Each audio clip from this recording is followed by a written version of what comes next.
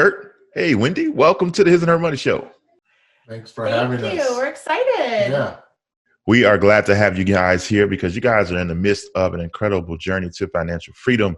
And your journey has been well documented and very inspirational. And you guys have had to overcome a lot of obstacles to get to the point that you are at right now.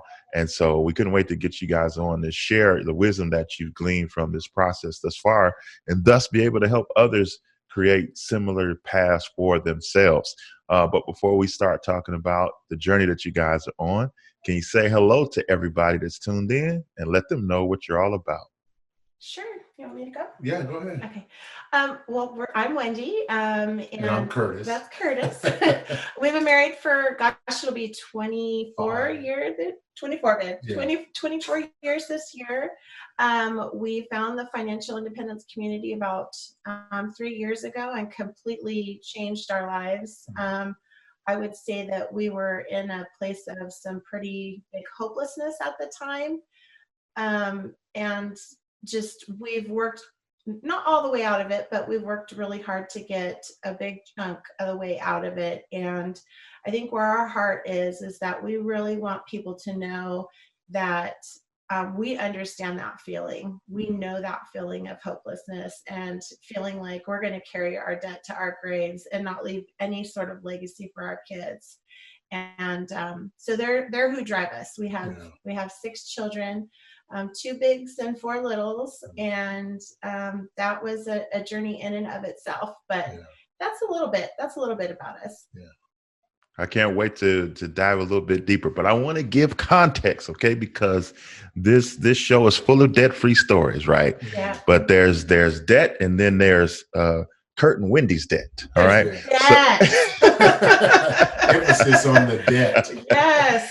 So give context. Tell everybody, rewind the clock back to the starting line. Let us know how much debt you guys were up against from the beginning. Talk about the type of debt and let everybody know where you're at in the journey currently. Yeah. Well, 3 years ago, we had $1 million. Million. And that was comprised of just about everything. We had more than $500,000 mortgage. We're in Southern California, so that's kind of typical for Southern California. We had cars, we had credit cards, we had personal loans. And then the other biggies that we had was still have a student loan debt in the triple six digits. And where you started with $1 million 3 years ago, today, where are we at? Where we are is we've eliminated $650,000 of that debt.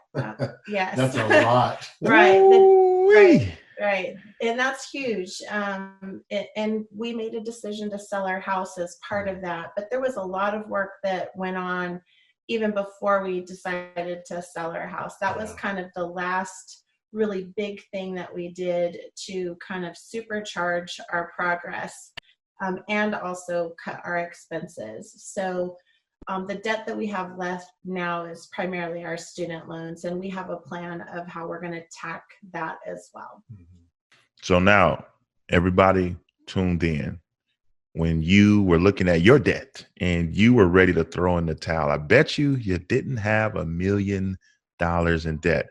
And Curt and Wendy had it, and they didn't give up. Matter of fact, they dug their heels in, and they started making major traction. 650,000 of that gone in 3 years. So now, let's stay in the beginning of this journey. When you guys were getting out the calculator, adding this up, and you see this massive total, that is enough to make anybody run in the other direction of debt freedom. What was it that spoke to you all and said that even though this is a large number, we can do it? Like, talk to us about the headspace you were in to make you even think that you could get out of debt. From the beginning, we knew that it was both of our debts coming in, and we knew we had to work together to get out of it. Wendy is all the numbers. She does all the numbers, all the spreadsheets, all the big Post-its on the wall. And, she had a plan. I was the one working, and she was working at the time too, but I would just go out and try to earn money, and then I left it to her because I was the okay guy, okay. And but she had put the plan into place, and as you know, as we move forward, I came in line. But you can go over the first part of it. Well, and you want to talk about like how stressful that was Oh for yeah, you? it was. Go ahead. So he has that kind of just provider heart, like that's his role as a man, as a husband, you know. So he was like nose to the grindstone. I'm going to work. I'm going to take extra hours. I'm going to do this. And then I think and I was gung ho for the fire movement. I found it first, and he just thought it was another one of my crazy ideas. Yeah. Yes, dear, you know, sure. Not really paying it a whole lot of attention.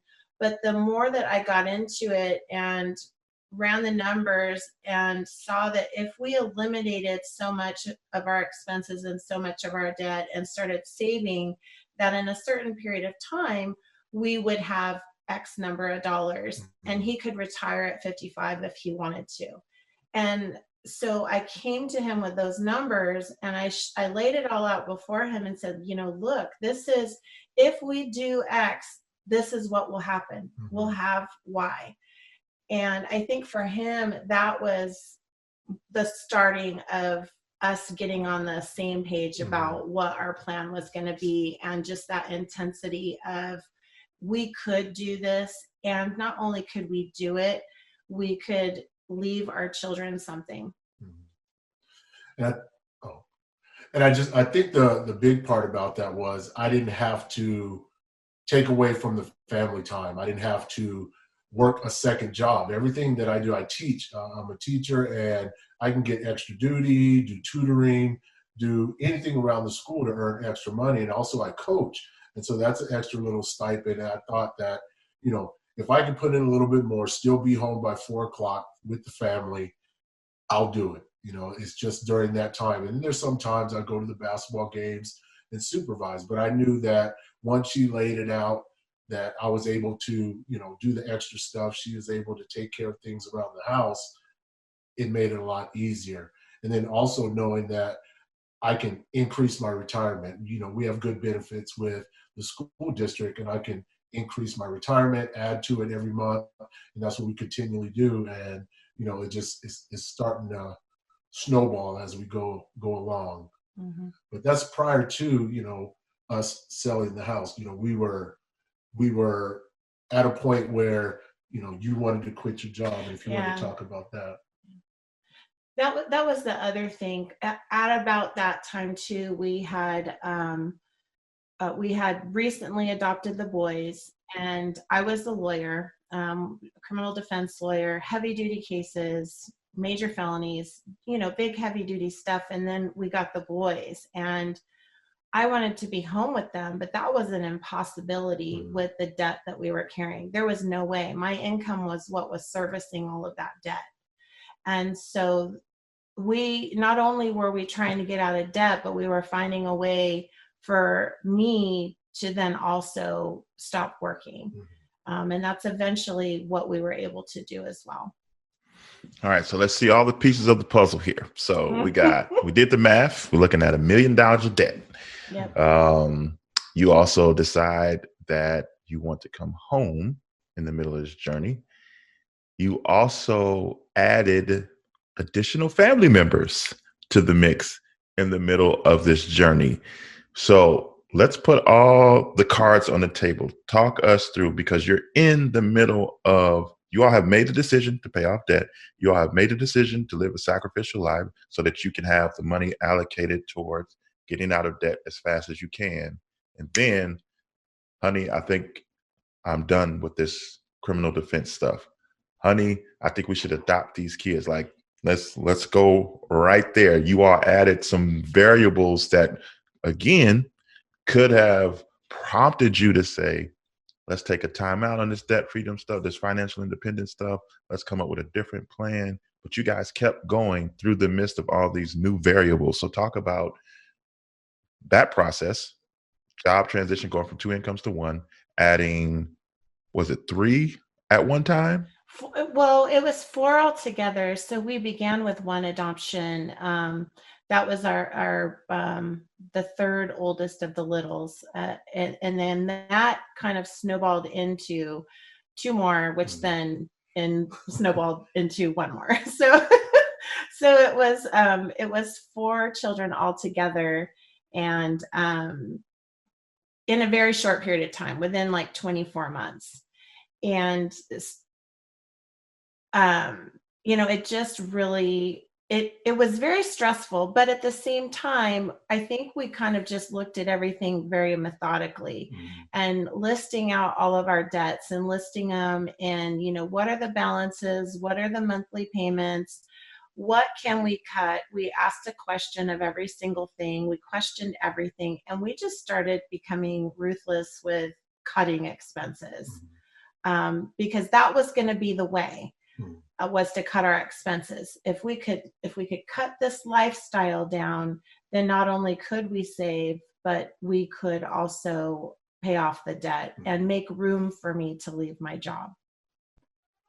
Yeah, and I keep going over all the variables because people love to have excuses as to why they cannot get out of debt. Okay. So you guys went from, even though you're battling against $1 million of debt, you guys decide to go from 2 incomes to 1. You decide to go from a family of 4 to a family of 6, 8. Doubled the family size. Doubled the family. And you live in the most expensive state in this country, just about. And you still decided we can get out of debt. You still decided that nothing's going to stop us. So let's keep the story going. You make the decision to become a 2, or go from 2 incomes down to 1. You make the decision over a 24-month period to add 4 children to the family. And you all also make a very tough decision to sell your house as a part of all the sacrificing that you're doing. So talk to us about that. So we had the children. The adoptions were final. We hadn't really found the community yet, but we decided to buy the house. We bought the house in this market, but we ended up buying it at a really good price. And it was a fixer. And so we were able to, we knew that we were going to make money on the house at some point, but it was going to be our forever home because we loved that house. We found the financial independence community more than halfway through fixing up the house. And we had gotten it to where we wanted it to be. It was our dream house. It was beautiful. It was the home for our kids. It fit our family. But once we found the fire community, we just took a deep dive in it. We were working really hard. And a little over a year ago, we were just at that place where we had cut all of the expenses we could cut. We were saving a really good amount of money. We were up to saving about 29% of our income. And Curt was working, he was taking in all the hours. There really wasn't a whole lot else we could do to supercharge this plan. And so we started toying with the idea of, well, we have the house. Yeah. We bought it at a really good price. We've put a lot into it. It's a beautiful home. What if we were to sell it? What would we have, and what could we do with that money? And we sat on that idea for about a year. Because it was hard. We loved that house. We made a lot of memories in that house. Our kids loved it. Our kids had friends in the neighborhood. But in the end, and after going back and forth with each other a lot and seeking counsel from some other people, we just said, this is it. This is what we have to do. We've already paid off, about not 100, but really close to $100,000 in debt. We knew that if we were going to sell the house, not only could we pay off the debt, but we could invest in investment properties too. There was going to be enough left over to do that. And so it really was a no-brainer after we kind of got to that place where this makes the most sense. And I think when we were still in the house, I love that house. I'm thinking about it right now. I'm like, I put in so much blood, sweat, and tears. But while we were thinking, we knew that involving the kids into it about, we're trying to save this money for you guys' future. Everything that we're doing is for you guys. My life's short on this earth. You guys got all this time. I always say that, but I'm doing it for our the long run. But, like Wendy had said, that I wasn't 100% on board with selling the house because, coming from a single parent family, I had a house, but it was when I was little, and I wanted to be able to have my own stability, my own place where I can call my own. And I was really reluctant at the beginning to sell it. But I knew that as we went from our first transition to breaking down our debt and seeing how it was going so much faster, I got a little bit more encouraged. But the house was still the last factor that I don't want to sell it. I don't want to sell it because it doesn't make sense. We need to have a house for our family. And as we started to do a lot more, we were doing everything, recycling, we were doing everything to put a little bit of money, aside anytime. And once we came back from our right before we went to our last Chautauqua, we looked at it, what was the benefits of it? And just like you said, our house is just a home, but, what we make our home. We make our home. Our home is where we are. Yeah. So once we had talked about that, that just made all sense. And we knew what we were going to pay down. We knew what we were going to get out of the way. And it just made perfect sense, but we had to communicate. That's the biggest thing. We don't want to do anything without the family knowing. We told the little ones, we told our older kids, and, they missed the house as well, but we knew that in the long run, it was going to benefit us. Does your credit score have you down and looking for solutions? You may just find the answers you're looking for with Credit Sesame. Credit Sesame is your solution for a free no-hassle credit score, credit analysis, and tips for managing your money. They are here to help you take control of and have the tools you need to bring about a bright financial future. Get empowered today. There's no credit card required. Receive identity theft protection up to $50,000 and discover a marketplace for credit and loan officers that will help you get to your next level. Visit hisandhermoney.com/Credit Sesame for more details. So, Curt, I would love to hear your advice for men that are listening right now, because you had opportunities to really go a different way, because a lot of what you believed was challenged, right? Wendy described you as the consummate earner, the provider. That's who you are. And if you let yourself, when you see this is how much debt we're in, some people allow that to make them feel personally like a failure, oh, I have let everybody down. Now we fast forward to the part of the story where it's coming down to selling of the home. And you talked about, this is something that you dreamed, again, back to that provider mentality. I've worked hard. I've put all kinds of work in to make sure that my family has this house. And now I have to sell it. So push, the men that are listening right now, when those tough moments come where it feels like maybe your manhood's being challenged, how do you think level-headedly to make appropriate decisions and not, get buried in negative emotions or feelings about the situation, but man up and move forward?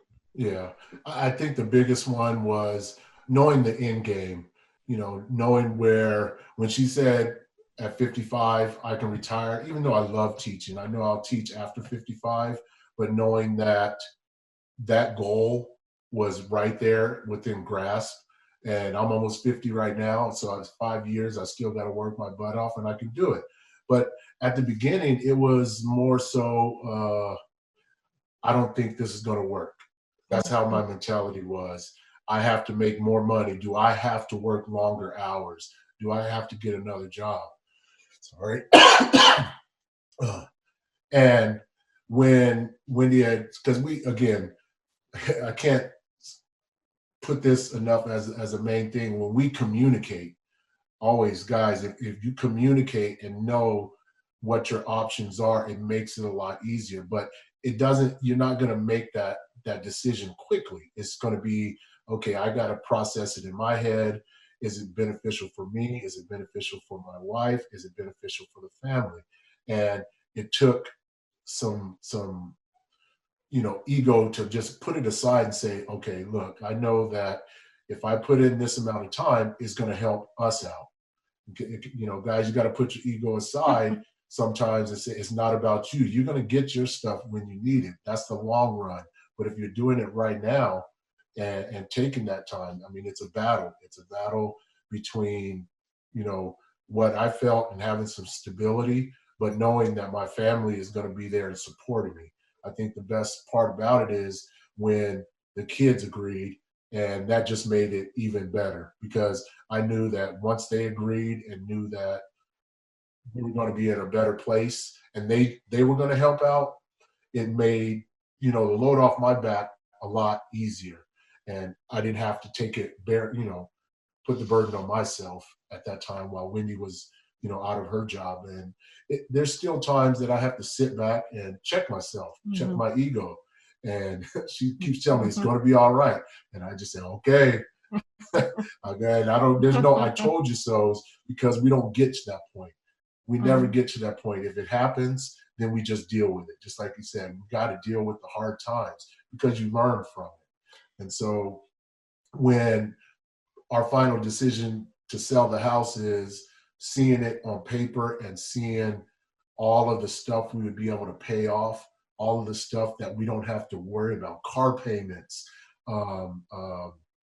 just other credit card debt that we didn't have to worry about with the high interest, it was gone. And now we can just tackle the other stuff, and it made it so much easier. That's why, I love working, but if I have to work anytime after and it takes away family time, I don't think I can do it, because, they're the backbone. So again, I would think that what brought me to that decision was communicating with everybody and knowing that I can, she said, you can quit your job right now if you wanted to, because this, and I'm like, okay, that's awesome to know. And it's just a relief. So the end game in mind is the best thing that I could just give advice. Map it out, discuss it, and then just work hard towards that end game. And I had to be very patient during that time frame, because I'm like the freight train. I've got all these ideas. I know it's going to be okay. I'm the, cup is half full person. I knew it's going to be okay. I had all these plans. I had already seen it. I had already mapped it out. That was me 100 miles an hour, but he's not that way. He very much, and I need to be very patient. I can't bulldoze him. If I bulldoze him, he's like, he puts up those defensive barriers and it doesn't accomplish anything. So I had to really, talk about the plan, show him the plan, and then let him marinate on it for a while, and can just, keep the lines of communication open. And it took a while. Yeah. It took a little while, but he got there. Yeah. Talk about, what did you do? I hear you sold the house, some of it went towards some debt. Did you guys rent after that? Did you buy a different house? And I heard you talk about investment properties. So how did you guys handle the proceeds from the sale of the house? Right. So from the sale of the house, we paid off all of our consumer debt except for the student loans. And then from there, we had about $40,000 left over. And we really, part of our retirement strategy is to have passive income from real estate. And so this was our seed money to start purchasing out-of-state rental properties. So that's what we did with the money. We weighed whether or not we wanted to put that $40,000 towards investment properties, or whether we wanted to put that into another home here in San Diego. And just the numbers made sense for us to just rent for a while until either things change in the market, or we find a really, really good fixer on down the road. But for us, it's cheaper to rent right now. It's about $1,000 a month cheaper for us versus what our mortgage expenses and taxes and all of that was. And so it just really didn't make sense for us to buy another house. So we took that money and we put it into rental properties, and we have 4 now. So 4 rental properties in another state. And the timing was great on it, because one big thing is about networking. So, we had sold it, another family was moving out, and we ended up, what was it, within a week's time, moving into their place when they were moving out of state. And we ended up getting a sale on our house, as well as Found a rental. Everything fell into place. Yeah. Like, it was very, very fateful. It all just kind of, once we made the decision to do it and we just started executing, things just fell into place for us. What I love about your version of a freedom story is that you guys weren't only focused on debt freedom, but you guys were also trying to find ways to build wealth as well. Earlier, you talked about bumping up your retirement contributions. Now you're selling your primary residence, renting, and then using proceeds to invest in rental properties, all while still trying to take care of your personal debt as well. So talk about that mindset, because some people are just strictly, I'm going to get out of debt. That's all I'm focused on.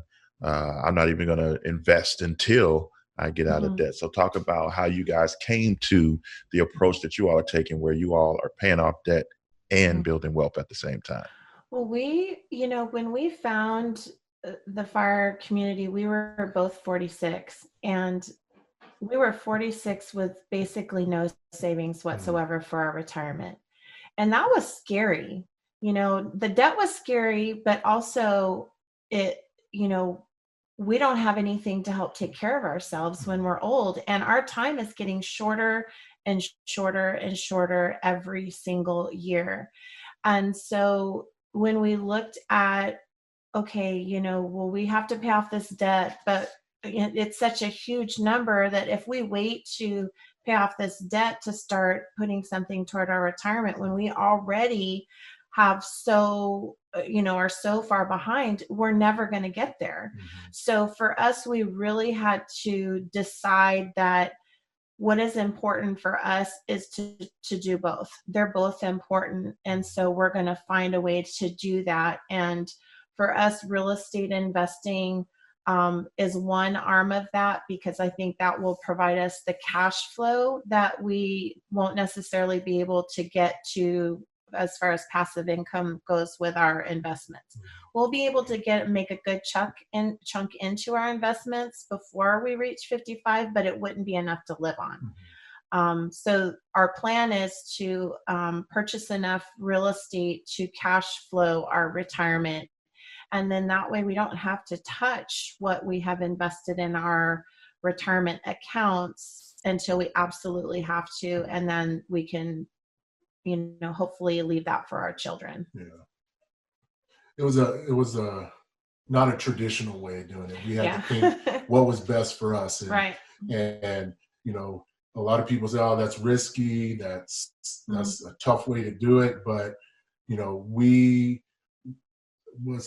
not big gamblers. We're not going to gamble with the money that we have just to throw it away. We got to research. We do our research, and we look into it and see what fits in our income right now before we move forward with anything. So I think it's not traditional way of getting to where we need to. Yeah, and that's what I was going to ask. Okay, go ahead. I'm sorry. No, I was just going to say, but it wasn't traditional, but because we were so far behind, we really did have to think outside the box. Same thing with selling our house. We had to think outside of the box if we were going to achieve what we wanted to achieve, because it was a big goal. It was a big goal, not just with the debt, but with being able to retire and finding a way to have enough income coming in so that we could support ourselves if we opted to retire at 55. I think it's very interesting that you guys, you had a desire to become investors, but you also realized where you lived was not the spot to be trying to do that.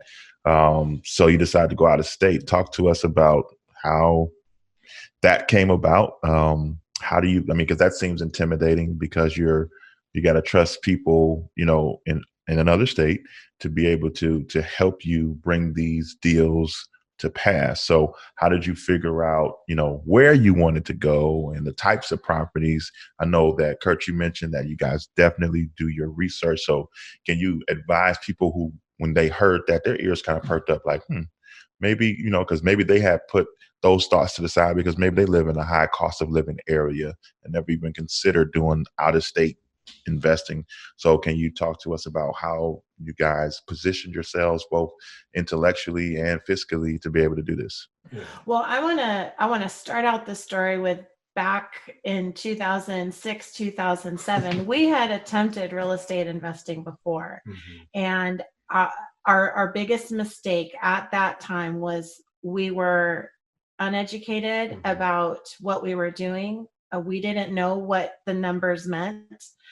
We also didn't have mentors or other investors in our circle of influence that we could turn to when we needed help. And we just didn't know the market. We bought an investment property and took out all of the equity in our primary residence and put it into this investment property, fixed it up, did a really great job of fixing it up. And 3 months later, the bubble burst, and we ended up losing both of those houses.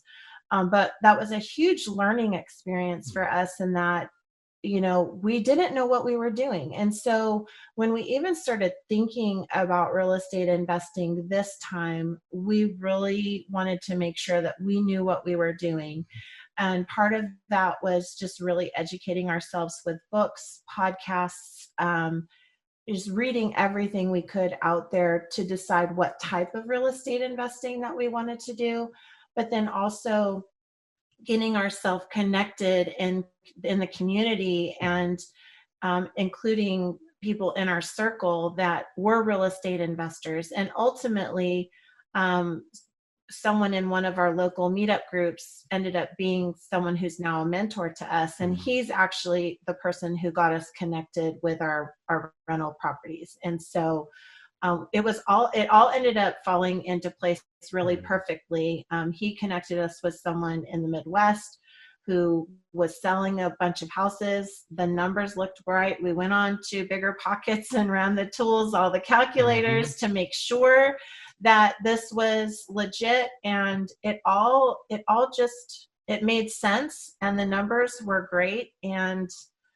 it all just fell into place. And so the other important thing is, having those feet on the ground. If you're going to do investing in real estate in another state, is you need to have those feet on the ground. I would connect with a realtor who has either done investing themselves or works with investors regularly.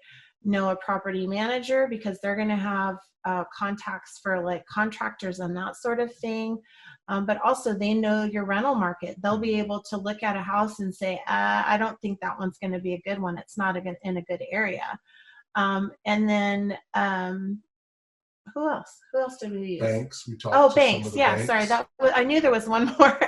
And the banks in the Midwest are different. Yeah. These are small state community banks who have, different lending procedures and considerations, but reaching out to them and talking to them and finding out, will you work with out-of-state real estate investors? What's the process? So all of those were things that we took the time to get familiar with before we sent off our money, our hard-earned money. It was all that we had left. And it was tough. I mean, just, once the key word is educated ourselves, we decided to take that leap of faith, saying that this is the direction we're going to go in.